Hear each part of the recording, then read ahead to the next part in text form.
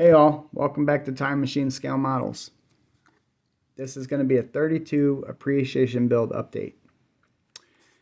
And so far I'm digging the chop.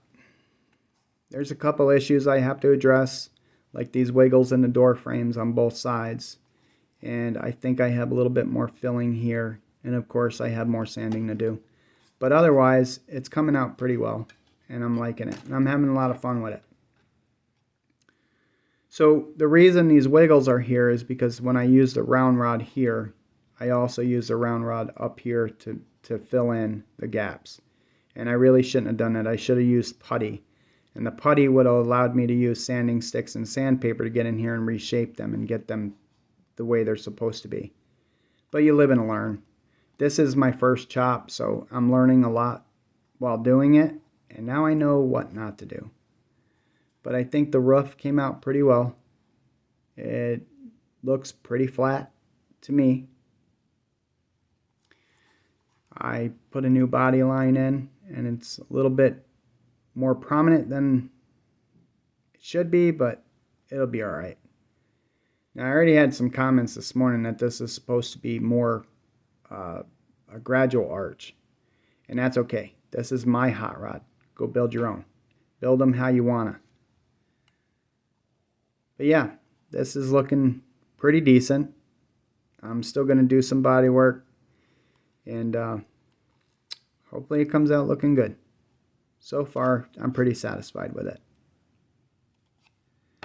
So also working on a chassis. I cut back some of this styrene here. This used to go all the way up to here, and I reprofiled the frame rail a little bit.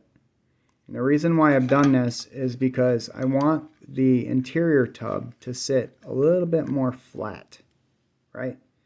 So this was kicked up a little bit higher before, and I didn't like it. So I wanted to get that sitting more flat. And initially I was going to cut this whole piece out. But this piece contains the spring perches and the holes for the shocks. And really, that's not an issue because I can fabricate spring perches, and I can make something of a shock mount coming off the chassis with styrene rod. So that really isn't an issue. But we'll see. I may do that, or I may just leave this. But also you'll notice I have some lines up here. I've got to remove that too. That's the AMT Ertl brand, or I don't know what you call it. It's molded in. I got to sand that. And before I didn't have to because it was hidden by the piece that was here. But now I have to remove it, which is okay. It's not a big deal. But you'll notice these marks that I made here. I may cut this. You know, I don't want to go crazy with channeling. But if I just take this portion out here, make a couple slices in there to get the front end of the frame up into the body a little bit more, that'll be great. So we'll see how that goes.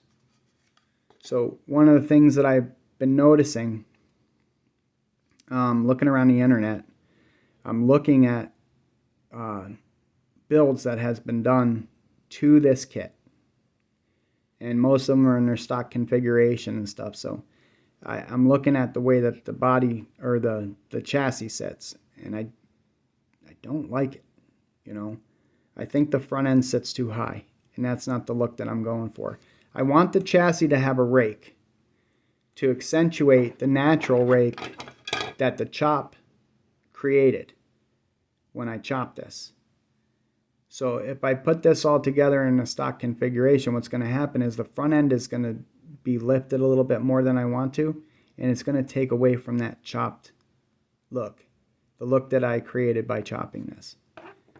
So one of the other things that I'm going to do to address how high the front end sits is I'm going to take the front axle, and I'm going to take this tab off, and I'm going to file off 2 leaves out of this leaf pack. And then I'm going to put another tab on, glue it back on, so we'll be able to glue it back up in there. And what this will do is it'll bring the axle up, in essence dropping the nose low, and that's the look that I'm going for. So on the way in here, you probably saw the thumbnail before you clicked the vid. And you notice that 32 sedan delivery parked out front and the colors on it. Well, that's kind of the inspiration for this build, even though that this one is chopped and that one is not.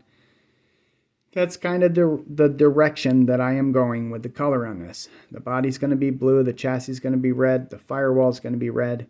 I have not decided whether or not I'm going to do the grille white yet. I may not. But I figured red, white, and blue would be pretty appropriate for this 32 appreciation build. I mean, after all, 32 Fords are quintessential hot rods. They've been built in every kind of configuration there is since the day they rolled off the assembly line in the Rouge plant in Dearborn, Michigan. So they are pretty cool hot rods. Even though I'm a Chevy guy, I still can appreciate a 32 Ford. So earlier, I made a little silly mistake. I glued this into place, and then after I primed it, I realized, oh man, why'd you do that? That's going to be red. This is going to be blue. Two totally different colors. So luckily, they were glued in with my CA glue, and I didn't use activator, so it's really easy to pop it loose. So you notice I got some parts over here. They're in the purple pond.